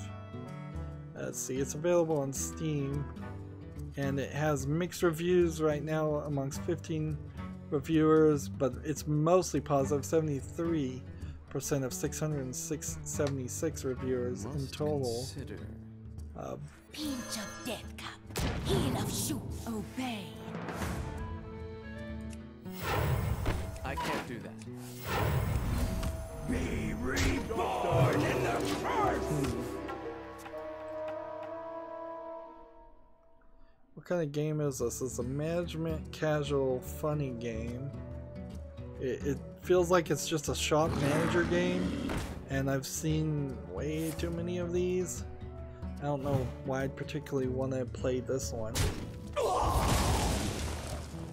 Yeah, 75% off for $3.74. Yeah, I'm gonna close that. Even if TechRaptor liked it, didn't catch my attention. Gamatsu has an article, Super Destroy Not DX launches on July 11th for PS4, Xbox One, and PS Vita, and July 13th for the Switch and PC.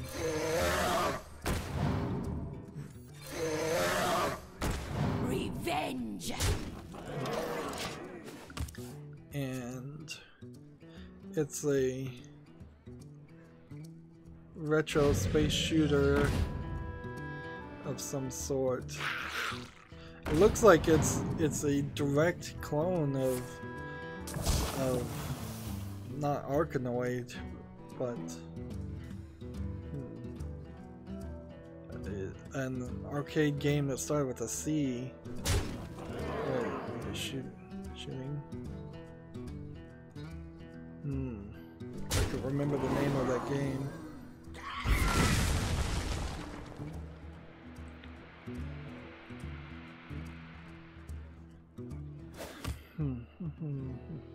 Actually, it looks pretty good, so I'll wishlist this game.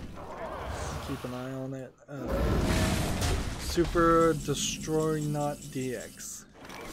I think this might be like Pac-Man Championship Edition DX type game. And I definitely did like Championship Edition DX. Maybe not the sequels so much. Let's see, there's a VR game called Vivez, V-I-V-E-Z, Versalis. I won't spell that, since that's a word I recognize. It's free to play. Apparently it doesn't seem to require VR. No, I guess it does. It's just the indicator whether you need VR or not is weird. This is a game where you're kind of just, I think, walking around a castle courtyard and inside of a castle hall, and you're seeing some, I would say, Victorian people wander around, stand in places.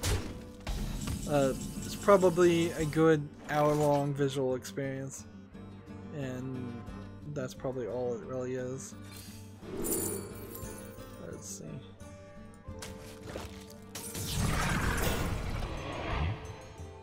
Give that minion a turn to get ready.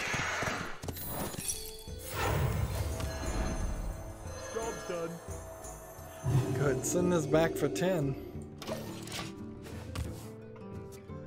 I wonder, can they send back something above 10 mana? I guess you could.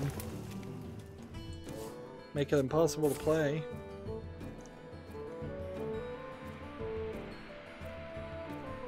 A Tech Raptor has an article, train heroes to save the world in Vatharian Arc later this year. Vatharian Arc. Let's see. Looks like it's a top-down RPG. It was kickstarted in 2017. Let's see. Vatharian Arc Hero School Story seems like you're actually training heroes in a school as a management game. Oh, that is not what I expected. It seems like there is parts where you see your students actually fight, though. I'll keep an eye out for that game, but I'm probably not so interested. We're very close to the end now, but it's been nearly an hour over. So let's do this. Think you can beat me with that? Try now. There's a game on Steam called Starfield Wars. Was there something about this game that somebody pointed it to me? No, I think this is just a random game on Steam. And it doesn't seem like it's got too much going on with it. Just the kind of a cheap asset flip type game. 40% off for $2.99. There's better games in its genre of being in a spaceship flying around the surface, over the surface of a world. And to the left of the screen is this giant worm that seems like it's gonna just eat you at all times, but it doesn't actually move or do anything, which makes it pretty obvious that it's an asset flip.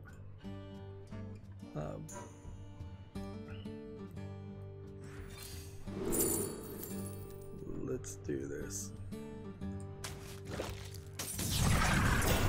You are the Shadow's puppets. There's a game called Ashi, A-S-H-I, Lake of Light. Kind of looks like a light-based puzzle koi pond as the background, but then seems like it's mostly just a puzzle game otherwise. This is one of those, looks like a single screen Unity games, but maybe it's got something there. Let's see how many puzzles it has on it. It's 20% off for $3.19. It's probably too expensive. So there's more than 70 puzzles. I'm feeling generous. I'll put this one on the wish list, although I don't know if anybody else should do it. It's the first game from this developer, and it's really pushing the limit as far as games I should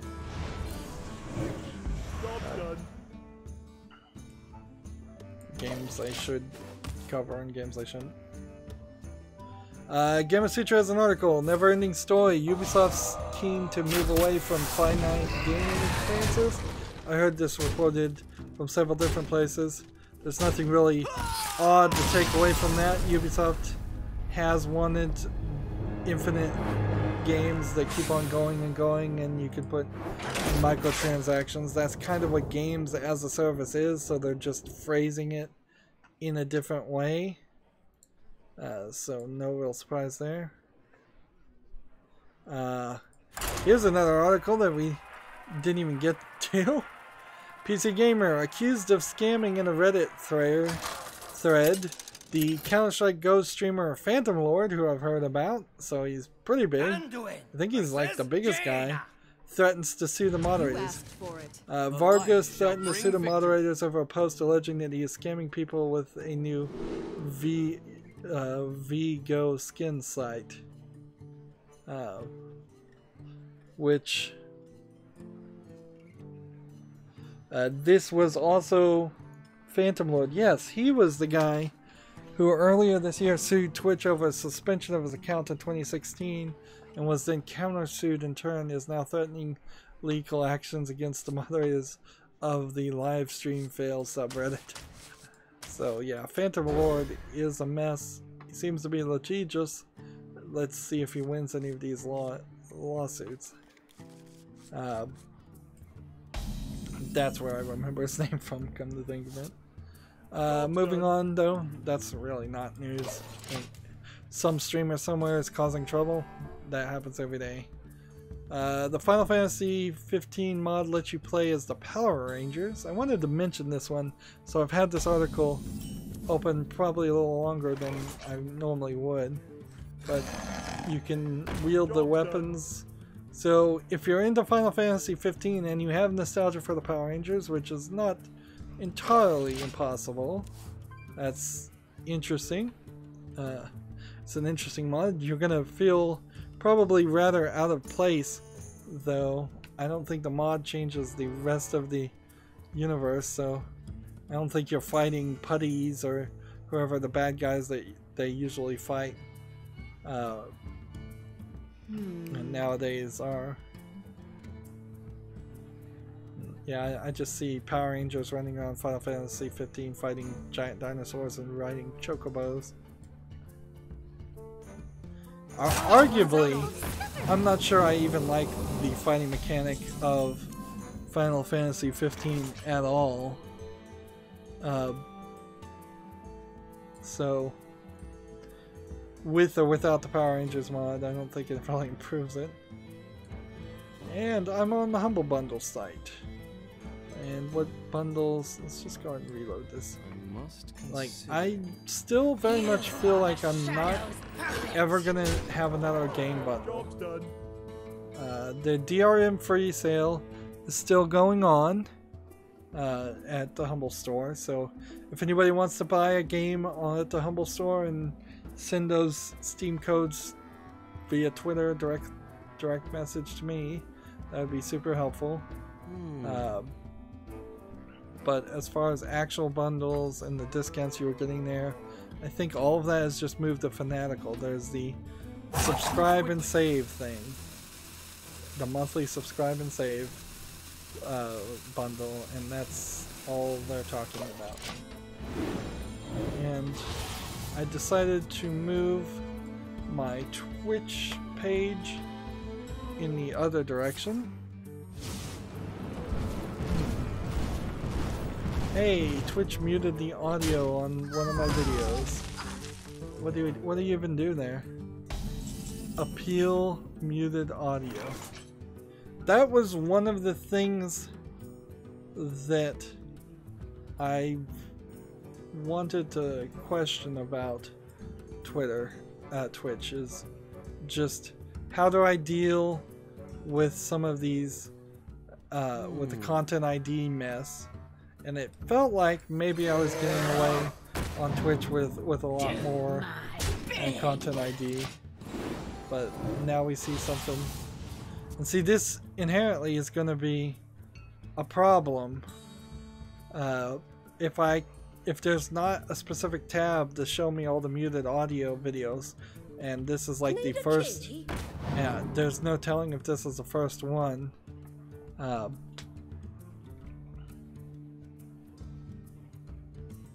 Let's see. Here's, what is this saying? Here's how you appeal muted audio on Twitch. Let's see. Please select a reason. You cannot appeal for the following reasons. You own stream the audio. Buying or streaming the audio for personal listening does not give you permission to distribute. You credited the artist. This is not enough to give you permission to distribute music belonging to others on Twitch. In-game audio. Audio, music, and games can still separately be copyrighted for limited use. So, since Twitch is all video game streaming for the most part, the idea of them saying that you can't appeal the audio because it's in-game audio and incidental, then that is rather ridiculous. Let's see. This is a John Williams Star Wars song. Let's see. So the options on Twitch are, let's see, my video does not contain the audio identified. I created and performed the original music without including third-party audio. I have permission. My use of the audio as part of my video on Twitch is fair use. So I zoomed in to read. Let me double check and see if the screen changes. That appeal selected. And then it wants, wow, it wants way more information. It wants your full-on name, full-on address, city, zip code, country, postal code, to appeal the audio so that they can sue you later. It's like, well, that in one step kills any thought as far as like,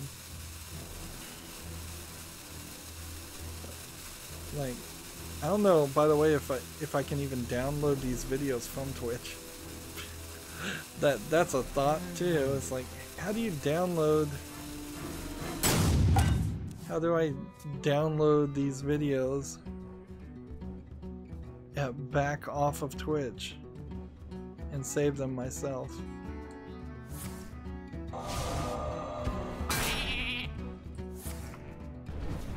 Yeah, there's no way. So Twitch as a backup is a flawed backup for videos, and if I got enough followers or whatever it is on Twitch to the point where I could monetize on Twitch, I don't see a reason to deal with any of this stuff. See, the path to partner.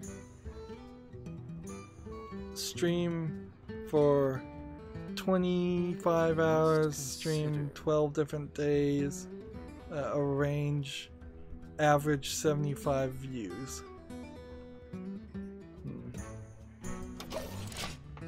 Let's see. Path to affiliate. Reach 50 followers. I'm surprised it says I have 26. That's actually really surprising on Twitch. Hey, if you're one of the 26 people that are seeing my videos on Twitch, please come over to YouTube and subscribe, even if you don't use it, because that's the place where I need subs. I guess if you're watching me on YouTube, please follow me on Twitch also. It would help both ways. But yeah, it doesn't feel like dealing with Twitch is much better than dealing with YouTube. Apologies to anybody trying to watch Lego Star Wars The Force Awakens number 12.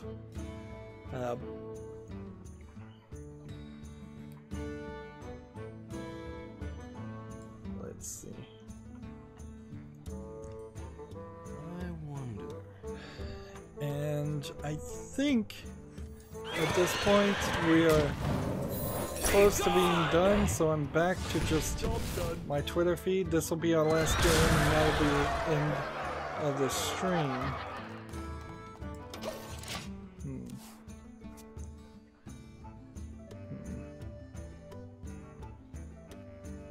It's been kind of a long stream. At 4 hours, that's about average. I should have broken up this episode into two. We've got Someday I'll be just like you. let's see.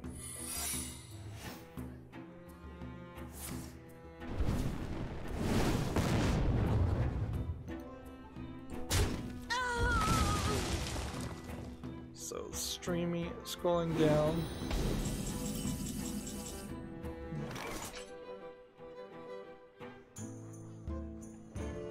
The Simone Gertz lady who made the shitty robots, is what she would call them, had a brain tumor and had to have surgery, and she's got this big old scar she's showing off. of having it removed. And she's still in recovery, and she posted on Twitter and somebody else retweeted her. It's like, sorry for the silence. And I'm like, you don't have to be sorry. You just get better. Like, don't worry about random strangers on Twitter. Be gone!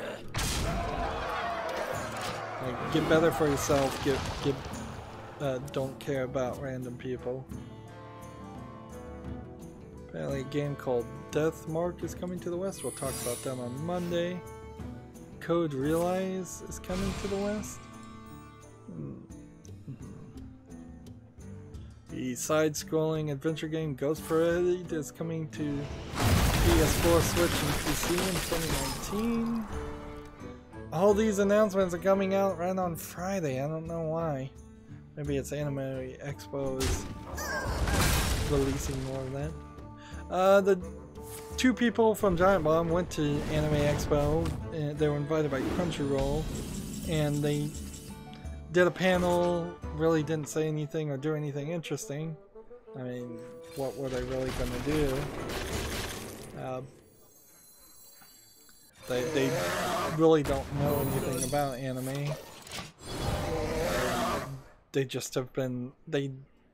Oddly, the video game review site Giant Bomb decided to start watching Dragon Ball Z and reviewing those, which... It's more evidence that mainstream video game reviewers, a lot of them are burnt out and just don't want to be reviewing games. A lot of them never wanted to be reviewing games in the first place. They were just failed journalists. Not to say that I would succeed if I tried to be a journalist either, but yeah, they were just failed journalists, and the one place where you can have less journalistic quality and ethics is in video game reviews, because nobody really cared about them. Obey. Here. Be gone!